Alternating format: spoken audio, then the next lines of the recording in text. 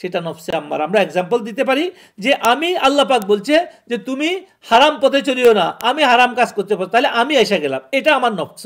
আল্লাহ পাক বলছে কাউকে গালি দিও না, আমি গালি দিই, এটা আমার নফস। আল্লাহ পাক বলছে তুমি অন্যের ক্ষতি করি না, আমি ক্ষতি করি, এটা আমার নফস। তার মানে কি আমি নফসকে গুরুত্ব দিলাম, আল্লাহকে গুরুত্ব দিলাম না। উত্তম কাজ করলো, ভালো কাজ করলো, বিভিন্ন কাজ করলো, তো বলতে তুমি নামাজ পড়ো, পড়ো, অসুবিধা কি? তুমি চুরি করো, তুমি টাকা কামাও, তুমি একটা অফিসে আসো, অসুবিধা কি? সবার টাকা তুমি নিয়ে দাও, লুট করো। তুমি একটা পজিশনে আসো, তুমি একটা কাজে আসো, দায়িত্বে আসো, তোমার কাছে দিছে, তুমি তোমার লাগে, তোমার ছেলে সন্তানের লাগে আগে চিন্তা করো। এভাবে কইরা তারা কি দায়িত্বশীলদেরকে তার দায়িত্ব বুলাই দেয় শয়তান পড়াশোনা দিয়া।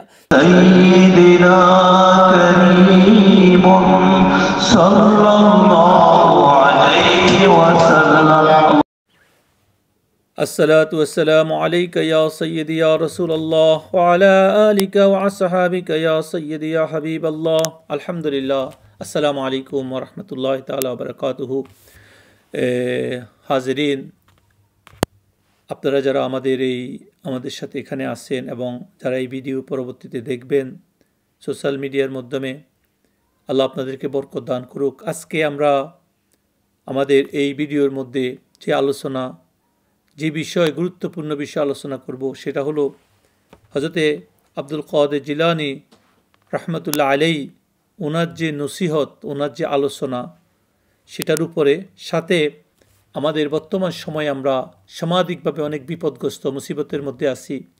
যেমন মানুষের বিভিন্ন কালো জাদু, ব্ল্যাক ম্যাজিক, বিভিন্ন সমস্যার কারণে আমরা পারিবারিক জীবনে আসর যেটাকে বলে, বিভিন্ন জিন্নাতি অদৃশ্য কারণে আমরা অনেক পরিস্থিতিতে সমস্যার মুখোমুখি আছি। আমরা নামাজ আদায় করি, সূরা ইয়াসিন পড়ি, সূরা মুজাম্মিল পড়ি, সূরা মুলুক পড়ি, অনেক আমল করি। অনেকে প্রশ্ন করে আমরা তো 7 দিন ওজিফা করি, কোরআন পড়ি, এরপরও আমাদের ছেলে সন্তানের উপরে সমস্যা, আমাদের উপর জাদু হয়, অনেক হুজুরেরা বলে, আর আমাদের উপর এই সমস্যা হয়, ওই সমস্যা হয়, এটার কারণ কি? তো আমরা আজকে আমাদের এই ভিডিওতে আপনারা সাথে থাকেন, আমরা এটার উপরে আমরা পুরোপুরি আলোচনা করব। আর আসলে জাদুটোনা বা জিন এই সমস্ত জিনিস কি কারো ক্ষতি করতে পারে? আসলে জাদু কি কোনো মানুষকে মৃত্যু দিতে পারে? এটা কতটুকু শরীয়ত সম্মত, এটার উপর আমরা মুক্তাসারভাবে আলোচনা করব। তো আসুন আমরা প্রথমে আলোচনা করি হযরতে গাউসে পাকের নসিহত আলোচনা, উনি যে উপদেশ দিয়ে গেছেন। তো সেখান থেকে আমরা প্রথমে কোরআনে কারীমের একটা সূরা আল মুমিনুনের কিছু আলোচনা করব। সেটা হলো বিসমিল্লাহির রহমানির রহিম। قد أفلح المؤمنون قد أفلح المؤمنون الذين هم في صلاتهم خاشعون والذين هم عن اللغو معرضون والذين هم للزكاة فاعلون والذين هم لفروجهم حافظون صدق الله العظيم। এটা মুমিনদের উদ্দেশ্যে আল্লাহ পাক কিছু কথা বলছে যে মুমিনেরা কামিয়াব হয়েছে, যে সফল কাম হয়েছে ওই সমস্ত মুমিন যারা খাশিউন, তারা নামাজের মধ্যে তারা নর্ম, বিনয়, একাগ্রতা, একনিষ্ঠতা মধ্যে নামাজ আদায় করে, যারা অনর্থক বিভিন্ন বাজে কথাবার্তা থেকে, বিভিন্ন পরিবেশে মিশন থেকে নিজেকে বিলুপ্ত রাখে। আর যারা ওয়াল্লাযীনা হুম লিযাকাতি ফাইলুন, যারা জাকাত দান করে, আর ওয়াল্লাযীনা হুম লিফুরুজিহিম হাফিজুন, যারা নিজেদের 2 রানের মধ্যখান যৌন অঙ্গ যেটা, সেটাকে হেফাজত করে, আল্লাহ পাক বলতেছেন। এরপরে আসতেছেন লম্বা সূরা, এটা যারা মুফাসসিরিন যারা এটা আলোচনা, আমরা যে উদ্দেশ্য নিয়ে আয়াতে কারিমা পড়ছি সেটা হলো হযরতে আব্দুল কাদের জিলানী রাদিয়াল্লাহু তাআলা আনহু, তিনি তার এর মধ্যে বলছেন যে আমরা কয়েকটা কাজ যদি করতে পারি তাইলে আমরা আমাদের জীবনে কামিয়াব হইতে পারি। বর্তমান সময়ে আখেরি জামানা, সেখানে দাজ্জালিয়াতের জামানা। তো সেখানে তিনি বলছেন এখানে মুনাফিক কি, মিথ্যাচার, প্রতারণা, প্রবঞ্চনা বর্তমান সময়ে দুনিয়ায় ভরপুর হইয়া গেছেন। মানে ভবিষ্যতে আরও হবেন। তো এই জন্য এই মুনাফেক যারা, মিথ্যাবাদী যারা, প্রতারক যারা, তারা সবাই দাজ্জাল। তারা সবাই, উনি কি বলছেন? দাজ্জাল।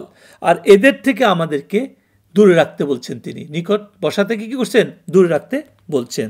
তো সেই জন্য উনি বলতেছেন যে আফসোস, বর্তমানে আমরা মিথ্যাবাদী, পাপিষ্ট, প্রতারক, এই সমস্ত লোকরা যে সমস্ত কথাবার্তা বলে, যে সমস্ত ব্যবসা বাণিজ্য খুলছে, যে সমস্ত কাজ কারবার করে, যে সমস্ত আজকে সোশ্যাল মিডিয়ার মাধ্যমে যে কোনোভাবে তারা বিভিন্ন কৌশলে দুনিয়া কামানোর জন্য তারা যে সমস্ত সংঘ সৃষ্টি করছে, ক্লাব সৃষ্টি করছে, বিভিন্ন কার্যক্রম সৃষ্টি করছে, প্রতিষ্ঠান সৃষ্টি করছে, ওদের সোহবতে আমরা কিন্তু দিচ্ছি। কিন্তু এরা এক একটা দাজ্জাল। এটা কি? এক একটা দাজ্জাল। আর এটার যদি আপনি মনে মনে যদি বিরুদ্ধচরণ না করেন, চেষ্টা না করেন এখান থেকে বাঁচার জন্য, তাহলে কিন্তু তারা আপনাকে বশ করিয়া লইব। আর বশ করিয়া লই এটা কী করবো? আমাদেরকে অলরেডি তারা বন্দি করে রাখছে।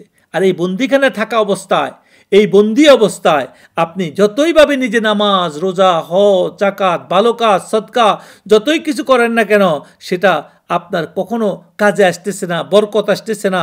এই জন্যই বলা হয়েছে যে আমরা এটাকে কঠোরভাবে, কঠোর রিয়াজতের মাধ্যমে আমরা আমাদের দুশ্মন সম্পর্কে আমাদেরকে জানতে হবে।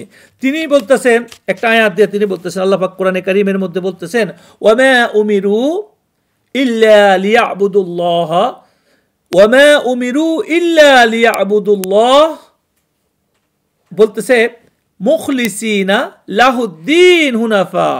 বলতেছে আল্লাহ পাক আমাদেরকে, মানে তাদেরকে উদ্দেশ্য করে বলতেছে যে আল্লাহ পাক কোনো কিছুর আদেশ করেন নাই, কেবল আদেশ কি করছেন? যে আল্লাহ পাক বলছেন যে মুখলিসিনা লাহুদ্দিন হুনাফা, যে সমস্ত রকমের জিনিস, পদার্থ, সৃষ্টি, অন্যান্য জিনিস থেকে মুখ ফিরাইয়া তিনি বলতেছেন খাঁটি নিয়তে, মুখলেস নিয়তে, সহি নিয়তে, একাগ্রতার সাথে একমাত্র আল্লাহর ইবাদত করিতে থাকো। তার মানে কি? আমাদেরকে এখানে বলা হয়েছে যে দুনিয়ার যত রকমের সিস্টেম আছে, আল্লাহ পাক তার নবীর মাধ্যমে যেটা বলেন নাই, যেভাবে দেখান নাই, সেখান থেকে আমি যতক্ষণ পর্যন্ত নিজে জ্ঞান অর্জন করি সেটার সম্পর্কে, সেটার ভালো খারাপ সম্পর্কে, কোনটা আল্লাহ পাকের হুকুম, কোনটা নবীজি দেখাইছেন, কোনটা করে নাই, সেই জ্ঞান না আসা পর্যন্ত যে আমি কি করব? আমার যত রকমের কাজকর্ম করতেছি সেখানে কোনো না কোনো জায়গায় আমি ভুলের মধ্যে আসি। এই জন্য আমাদেরকে যেটা আল্লাহ পাকে হুকুম করছে সেই কাজ হলো সমস্ত সৃষ্টি থেকে মুখ ফিরাইয়া আল্লাহ পাকের দিকে নিজেকে রুজু ইলাল্লাহর দিকে রুজু করা। এখানে বর্ষতা আসছে যে জিনিসটা, সেটা হলো যে তাইলে আমরা এই যে আল্লাহ পাক কি বলছেন সেখান থেকে আমাদেরকে বুঝতে হবে। সেখানে তিনি তিনটা জিনিসকে ইন্ডিকেট করছেন, যেটা আজকে আমাদের সমাজের মধ্যে খুবই জরুরি আমরা জানা। তো সেখানে তিনি বলছেন যে তুমি যখন পরেশগারি, আল্লাহর ভয়, আল্লাহর তাকওয়া তোমার মধ্যে আনতে চাও, তাহলে কি করো? তুমি বর্তমান ব্যবস্থায়, বর্তমান সমস্যার সময়ে তুমি কি করো? তোমাকে চেষ্টা করো যে শরীয়তের সীমানা কি, যে আমাদের যে রাসূল সাল্লাল্লাহু আলাইহি ওয়াসাল্লাম আল্লাহর পক্ষ থেকে যে শরীয়ত দিয়ে গেছে সেটার সীমানা সম্পর্কে তোমার তীক্ষ্ণ দৃষ্টি রাখা, তোমার সীমানা রাখা। একটা মানুষ যদি একটা সীমানার মধ্যে থাকে, একটা শহরের মধ্যে থাকে, শহরের একটা বাউন্ডারি থাকে, ওয়াল থাকে, আর সেই ওয়াল এদিকে 200 মাইল, এদিকে 100 মাইল বা এদিকে 50 মাইল, ওর বাইরে যাওয়া নিষেধ, এই শহরের মধ্যে আমাকে থাকতে বলছে। আর এই শহরের মধ্যে যদি থাকি তাহলে এই শহরের যত রকমের হুকুম, কোনটা জায়েজ, কোনটা না জায়েজ, কোনটা হালাল, কোনটা হারাম, সেটার জ্ঞান অর্জন করা আমার জন্য কি জরুরি। নাহলে যারা দায়িত্বশীল শহরের, তাদের উচিত হলো এগুলো সবাইকে জানানো, এবং কেউ যদি সেটাকে অবহেলা করে, ভঙ্গ করে, তার জন্য এটা সাজা যেটা সেটা তাকে দেওয়া, শরীয়ত সম্পর্কে জানা। তো এখানে আসি, আমাকে শরীয়তের সীমানা কোনটা সেই সম্পর্কে আমাকে জ্ঞান রাখতে হবে, তীক্ষ্ণ দৃষ্টি রাখতে হবে, কোনটা আল্লাহ বলছেন, কোনটা আল্লাহ বলেন নাই। এখন আমাদের কি কাজ? আমাদের তিনটা জিনিস আমাদেরকে এই কাজ থেকে দূরে রাখে। তিনটা জিনিস আমাদেরকে শরীয়তের সীমানা ভুলাই দেয়। আমরা যখন কাজকর্ম করি তখন আমাদের সীমানা কি? আমরা কি আমাদের দেশের মধ্যে এসে, আমার জায়গার মধ্যে এসি, না অন্যের জায়গার মধ্যে যে দখল আন্দাজি করতেছি, সেটা আমরা ভুলি যাই। সেই জন্য আমাদেরকে তিন জিনিস, নাম্বার 1 আমাদের নফস আম্মারা, আমাদের ভিতরে যে ইগো, আমাদের যে পার্সোনাল নফস, সেটা সম্পর্কে আমাদেরকে ধারণা থাকতে হইব। এটা আমাদেরকে ওয়াসওয়াসা দিতেছে। কোরআনে কারীমের মধ্যে বলতেছে খান্নাস, আমাদের দিলের মধ্যে বলছি আল খান্নাস আল্লাযী ইউওয়াসওয়িসু ফি সুদুরিন নাস, হে আমাদের সুদূরের মধ্যে বসি আমাদেরকে ওয়াসওয়াসা দিচ্ছে। এই সম্পর্কে আমাদেরকে সচেতন হইতে হইব, একে আমাদের ভিতর থেকে বাইর করতে হবে। আর এ হলো ইগো, এ নিজের মর্জি মতে চলতে চায়। নফস কি? নিজের মর্জি মতে চলতে চায়। সে নিজের পছন্দ মতো হইলে সে খুশি, নিজের পছন্দ মতো না হইলে সে কি? অখুশি। কিন্তু নফসকে বলা হয়েছে মুতমাইন্না করার জন্য, কারণ সে যদি মুতমাইন্না না হয়, সে যদি আল্লাহ পাকের সিদ্ধান্ত, রসুল যেটা সেটা সিদ্ধান্ত না মানতে পারে, তাহলে সে তোমাকে ধ্বংসের পথে নিয়ে যাবে, জাহান্নামের দিকে নিয়ে যাবে। সেজন্য আমাদেরকে এই 1 নম্বর দুশমন কি? নফসে আম্মারা। এর সম্পর্কে আমাদেরকে সবচেয়ে বেশি কি হইতে হইব? সচেতন হইতে হবে। আপনারা বুঝতেছেন জিনিসটা যে কত বড় ডেঞ্জারাস, কত বড়। 1 নম্বর যে জিনিসটা বলা হয়েছে সেটা হচ্ছে আমাদের ভিতরে আমাদের দুশমন বসি আছে। আমাদেরকে বিভিন্নভাবে সে, আমরা নামাজ আদায় করতেছি, রোজা রাখতেছি, হজ করতেছি, জাকাত দিচ্ছি, সদকা দিচ্ছি, তারপরে আমাদের বিপদ যাচ্ছে না। কেন? কারণ আমার মধ্যেই, ঘরের মধ্যে যদি চোর থাকে, ঘরের মধ্যে যদি সিআই থাকে, মানে এজেন্ট থাকে, অন্যের দালাল থাকে, অন্যের লোক থাকে, আপনি যতই নিজের নিরাপত্তা রাখেন না কেন, আপনার জন্য খুবই মারাত্মক। কারণ আগে ঘরের মধ্যে যত দুশমন আছে, অন্যদের এজেন্ট আছে, অন্যদের যত রকমের এটা গোয়েন্দা আছে, আপনি যতক্ষণ তাদেরকে খুঁজি পাবেন না, তাদেরকে ধরতে পারবেন না, আপনি আপনার ঘরের মধ্যে আপনি আরামসে আল্লাহর ইবাদত করা এত সহজ কাজ নয়। এখানে আসি, দ্বিতীয়টা হলো শয়তানের পরশনা।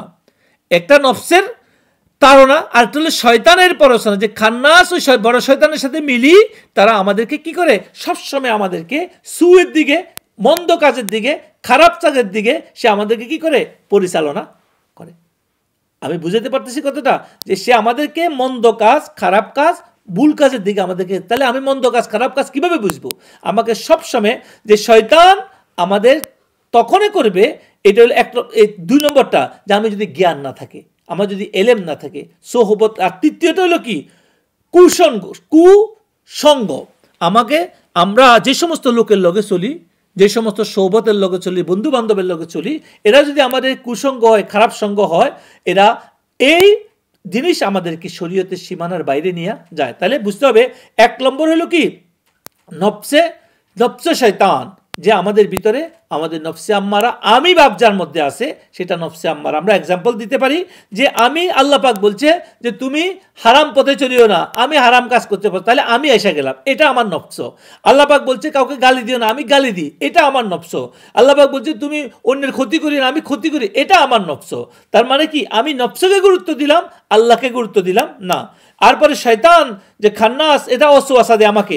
আমি উত্তম কাজ করলো, ভালো কাজ করলো, বিভিন্ন কাজ করলো, তো বলতে তুমি নামাজ পড়ো, অসুবিধা কি?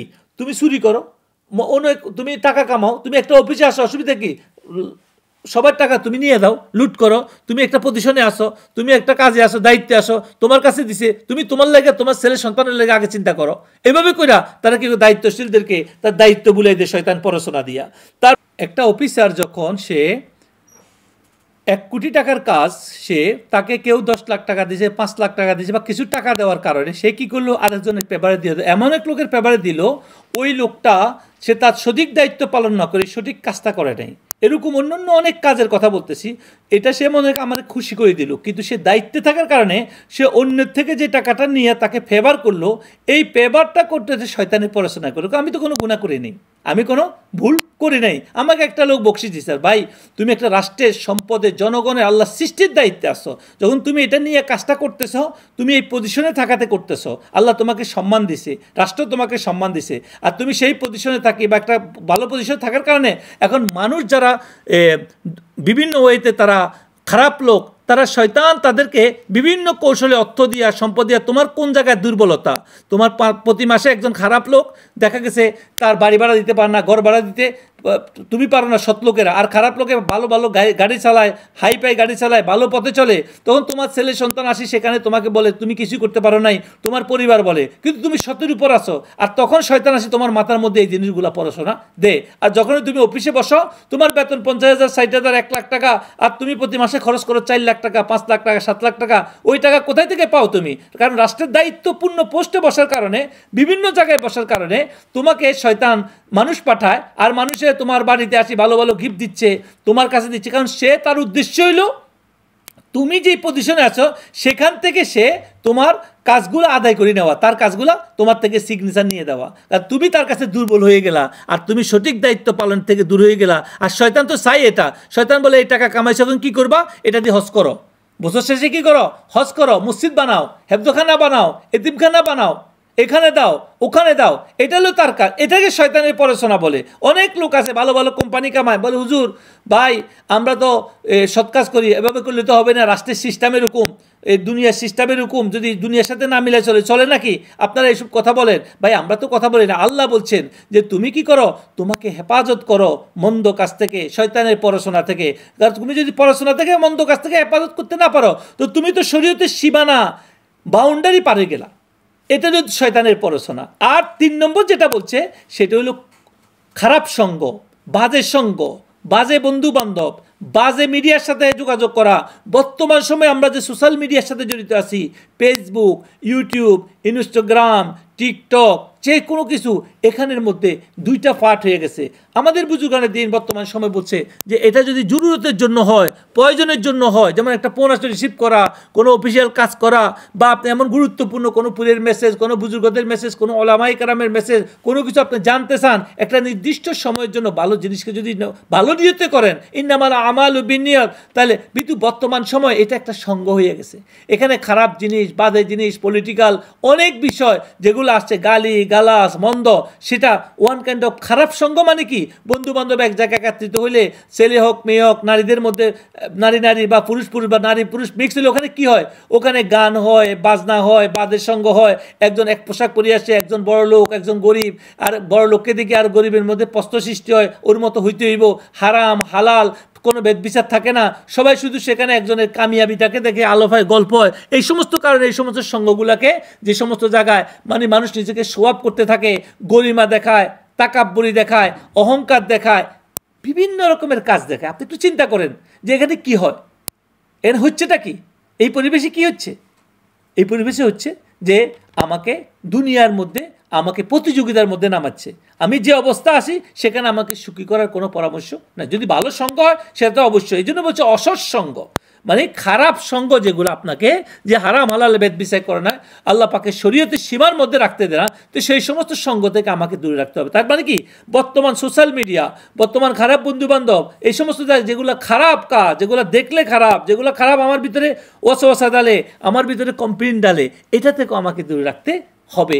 আমাকে টাইমকে টাইম, ঘন্টার পর ঘন্টা, মাসকে মাস, আজকে অনেক বুজুর্গ নামাজও পড়ে, আলেম ওলামা, আমরা অনেক আসি, আমরা রাত দিন এটার পিছিয়ে এত সময় দিচ্ছি, রাত দিন কারো আলোচনা শুনতে, আমি তো মধ্যে সব শুনতেছি, অথচ আমি কোরআনে আয়াত শুনতেছি, আমার কোনো খবর নাই, বেখেয়ালে শুনতেছি।